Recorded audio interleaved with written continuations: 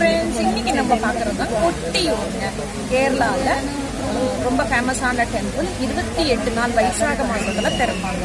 அந்த விசேஷ நாளில் மட்டும்தான் இந்த கோயில். இக்கரை கொட்டியூர், அக்கரை கொட்டியூர்னு 2 கோயில் இருக்கு. இங்கே வாவிலி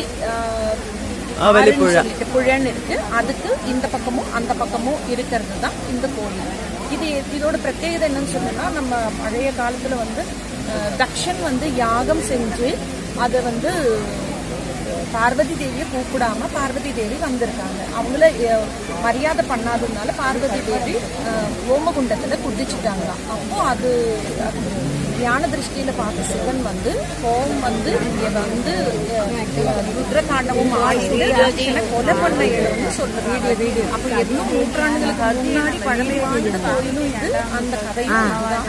அப்போ அந்த கோயில நம்ம பார்க்கலாம். இப்போ கொட்டியூர்ல எத்தனை வருஷம் நீங்கள் ഇവിടെ വന്നിട്ട്? 20 വർഷമായി. എന്താണ് ഇതിന്റെ പ്രത്യേകത? യാഗം നടന്ന ഭൂമിയാണ്. ചുറ്റുവട്ടം മലകളാൽ ഇഷ്ടപ്പെട്ടിരിക്കുന്നു. ചുറ്റുപാടും മാവലിപ്പുഴ, വയനാട്ടിൽ നിന്ന് ഒഴുകി വരുന്ന പുഴ, പുഴയുടെ ചുറ്റുമാണ്. എൻ്റെ ഭഗവാന്റെ സന്നിധിക്ക് ചുറ്റുമായി തിരുവഞ്ചിറ എന്നാണ് അറിയപ്പെടുന്നത്. അതിൻ്റെ ഭഗവാൻ സ്വയംഭുവായിട്ടുള്ള മണിക്കറാണ്. അതിന് ചുറ്റും പ്രദക്ഷിണം ചെയ്യുന്ന തിരുവഞ്ചിറ. രുദ്രഞ്ചിറ എന്ന് പറയും, തിരുവഞ്ചിറാണ്. ഭഗവാൻ സ്വയംഭുവായ സ്ഥലം മണിക്കറ. പ്രജാപതി യാഗം നടത്തിയ വലിയ സ്ഥലമാണെന്നും അന്നത്തെ യാഗത്തിന് പങ്കെടുത്ത് ആൾക്കാർ പർണശാലകളാണ് ചുറ്റുപാടും കാണുന്ന കയ്യാലുകൾ, ഓരോ നമ്പൂരിമാരും, പിന്നെ ഓരോ അവകാശികളും, മോച്ചിട, വാര്യറുമാണ്. ഓരോ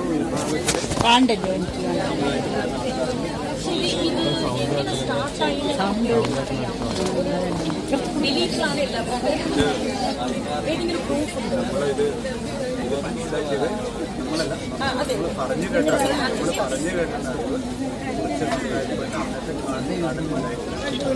നായാട്ടിന് ഡബ്ബിത് ഇവരെ മുമ്പ് കല്ലിലെടുക്കാൻ ആ കല്ല് ശില കിട്ടിയിട്ട് അതിൽ നിന്നും രക്തം വരിക. ആളുകൾ കുത്തി അവിടെ ഇത് പറയുകയും അങ്ങനെ അന്നത്തെ എന്താ പറയുക പ്രമാണിമാരുണ്ടാവുക. അവർ മടത്തണം പോയി അവരെ അവരൊക്കെ ഇവിടെ വന്നു. അന്നത്തെ തങ്ങന്മാരും പറയില്ലേ, അന്നത്തെ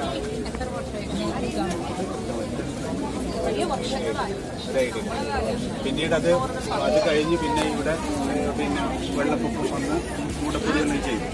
അടയാറിൻ്റെ എല്ലാം ഇതായിട്ടാണ് പിന്നെ അത് കണ്ടുപിടിച്ചത്.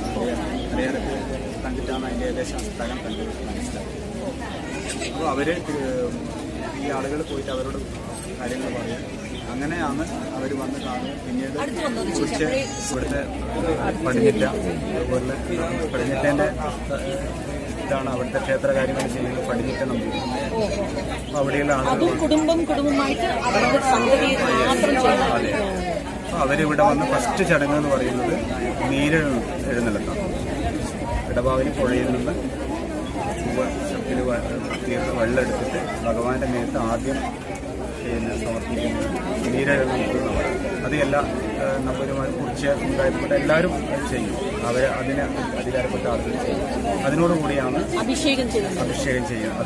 അതിൻ്റെ മുകളിലേക്ക് സമർപ്പിക്കുന്നത്. അതിനോടുകൂടിയാണ് ഇവിടുത്തെ ഈ കയ്യാലകളും കാര്യങ്ങളും അതുകൊണ്ടുള്ള എല്ലാം തിരുവഞ്ചിറയൊക്കെ ക്ലീൻ ചെയ്യാനും പിറ്റേത്തെ വർഷത്തെ ഉത്സവത്തിന് വേണ്ടിയിട്ടുള്ള കാര്യം.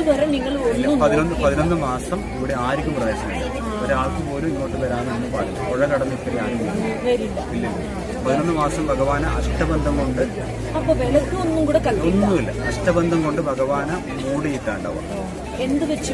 മണ്ണ് കൊണ്ട്, ഒരു പ്രത്യേകതരം മണ്ണ്, ഒരു പ്രത്യേകതരം സ്ഥലത്തുനിന്ന് എടുക്കുന്ന മണ്ണ് കൊണ്ട്, പിന്നെ അതിനൊരു പ്രത്യേക സ്ഥലമുണ്ട് അക്കരെ. അവിടെ നിന്ന് എടുക്കുന്ന മണ്ണ് കൊണ്ട് ആ കുഴി മൂടുകയും പിന്നെ അതിന്റെ പേര് അഷ്ടബന്ധം എന്നാണ് പറയും. ഒരുപാട് ഔഷധക്കൂട്ടുകൾ അതെ, നമ്മള് കുംഭാഭിഷേകം ചെയ്യുമ്പോൾ ദൈവത്തിന്റെ താഴെ അഷ്ടബന്ധനം 48 അതേപോലെ അത്രയും അതേപോലെ തന്നെ ഭഗവാന് ഇതുകൊണ്ട് 11 മാസം ഭഗവാനെ പറ്റിപ്പിടിച്ച മണ്ണാണ് ഈ അഷ്ടബന്ധം എന്ന് പറയുന്നത്. നമ്മളിപ്പോ അത് ഉപയോഗിക്കുന്നത് ഈ ചെറിയ ചെറിയ പഴുതാര അങ്ങനെ ഇങ്ങനെ കടിക്കുകയും ചെയ്ത് കഴിഞ്ഞാൽ നമ്മൾ അതിനെ തേച്ചാല് നമുക്ക് അതിന് അത് ആ വിഷാംശം വലിച്ചെടുക്കാനുള്ള ഇല്ല, ഇവിടുന്ന് അത് കിട്ടും പ്രസാദമായി.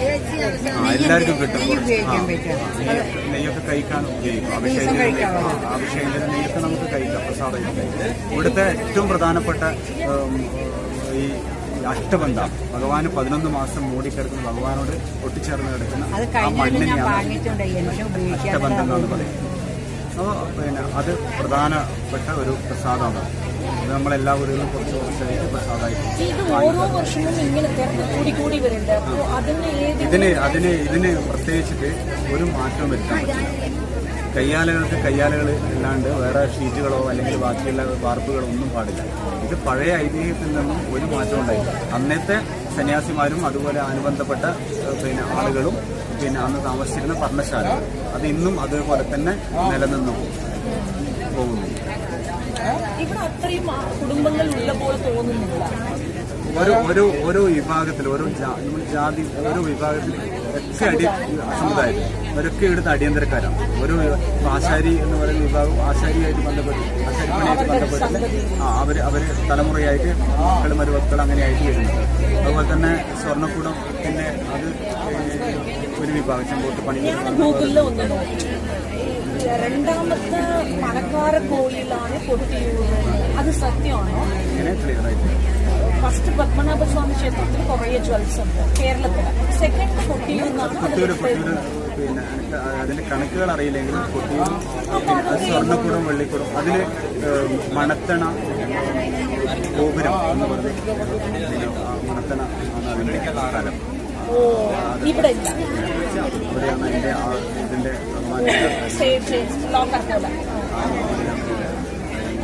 അത് ഈ സമയത്ത് മാത്രം കൊണ്ടുവന്ന് ഇത് അങ്ങനെ ഇങ്ങോട്ടേക്ക് മണത്തലയിൽ ഇങ്ങോട്ടേക്ക് ആർഭാടപൂർവ്വം ആഘോഷത്തോട് ഘോഷയാത്രയായിരിക്കും. ആനയൊക്കെ കൊണ്ട് അടിയന്തര യോഗം അതേപോലെ ഒരുപാട് സ്വർണ്ണക്കുടവും വെള്ളിക്കുടവും ഇങ്ങനെയുള്ളതൊക്കെ എടുത്ത് ഓരോ ആളുകൾ കുറേ അതിന് വ്രതമെടുക്കണം. ദിവസങ്ങളോളം വ്രതം എടുത്താൽ മാത്രമേ ഇവിടുത്തെ ചടങ്ങുകൾക്കൊക്കെ ഭയങ്കരമായ അതിശക്തമായ വ്രതങ്ങളുണ്ട്. നിയമവ്രത വ്രതം എന്നൊക്കെ പറയുന്നത് മാസങ്ങളോളം ആചരിക്കേണ്ട വ്രതങ്ങൾ. അവര് ഭക്ഷണം സ്വയം ഉണ്ടാക്കി ഇവിടുത്തെ ഇളനീര് അഭിഷേകം ചെയ്യുന്ന അവർക്കും അതിൻ്റെതായിട്ടുള്ള വ്രതങ്ങൾ വ്രതശുദ്ധിയോടുകൂടി മാത്രമേ എല്ലാ കാര്യങ്ങളും ചെയ്യാൻ പാടുള്ളൂ. അതിന് ഇവിടെ എല്ലാത്തിനും അതിൻ്റെതായിട്ടുള്ള ആചാരം. ഇവിടെ കയറി ഊരാളന്മാരെന്നാണ് പറയാം, 4 വീട്ടുകാർ ഊരാളം. അവർക്കൊന്നും അക്കരെ പോകാൻ പാടില്ല. അവരിവിടെ കയറിയാൽ ഈ ഉത്സവം കഴിയാണ്ട് അക്കരെ പോകും. അങ്ങനെയെല്ലാം ഇവിടുത്തെ പ്രത്യേകത. ഇവിടെ വരുന്നുണ്ടെങ്കിൽ സാധാരണ പണ്ട് കാലങ്ങളിൽ ആചരിച്ചു പോകുന്നത് ഇടവാവലി പുഴയിൽ മുങ്ങി ഇടനോടുകൂടി ആണ് ഭഗവാനെ തൊഴാൻ കയറുക. അങ്ങനെ തൊഴുതു അവിടുന്ന് പ്രസാദവും തീർത്ഥവും വാങ്ങിച്ച് 3 പ്രദക്ഷിണം ചെയ്ത് ഇവിടുത്തെ ഏറ്റവും വലിയ പ്രധാനപ്പെട്ട വേറൊരു പ്രത്യേകത എന്ന് പറഞ്ഞാൽ അകഭണ്ണാരം പെരുക്കുവാണ് പറയുന്നത്. ഭണ്ണാരം പെരുക്കി ഇതിന്റെ കിഴക്കേ നടയിൽ ഒരു ഭണ്ണാരമുണ്ട്. ഭണ്ണാരം എന്ന് പറഞ്ഞാൽ പൈസ അവിടെ ഭണ്ണാരത്തില് നമ്മളൊരു നാണയം ഒന്നും നമ്മൾ സമർപ്പിച്ചാൽ മാത്രമേ ഇവിടെ വരുന്നതിന്റെ പൂർത്തീകരിക്കപ്പെടുന്നു. ചടങ്ങ് പൂർത്തീകരിക്കപ്പെടുന്നുണ്ടെങ്കിൽ നമ്മൾ അതിലെന്തെങ്കിലും അതിന് ഭണ്ണാരം പെരുക്കുക എന്നുള്ളത്. പിന്നീട് സാധാരണ ഈ ഉത്സവ വർഷം ഇങ്ങോട്ടേക്ക് വരാൻ പാടില്ല എന്ന് പറയുന്നുണ്ട് കാലങ്ങളിൽ.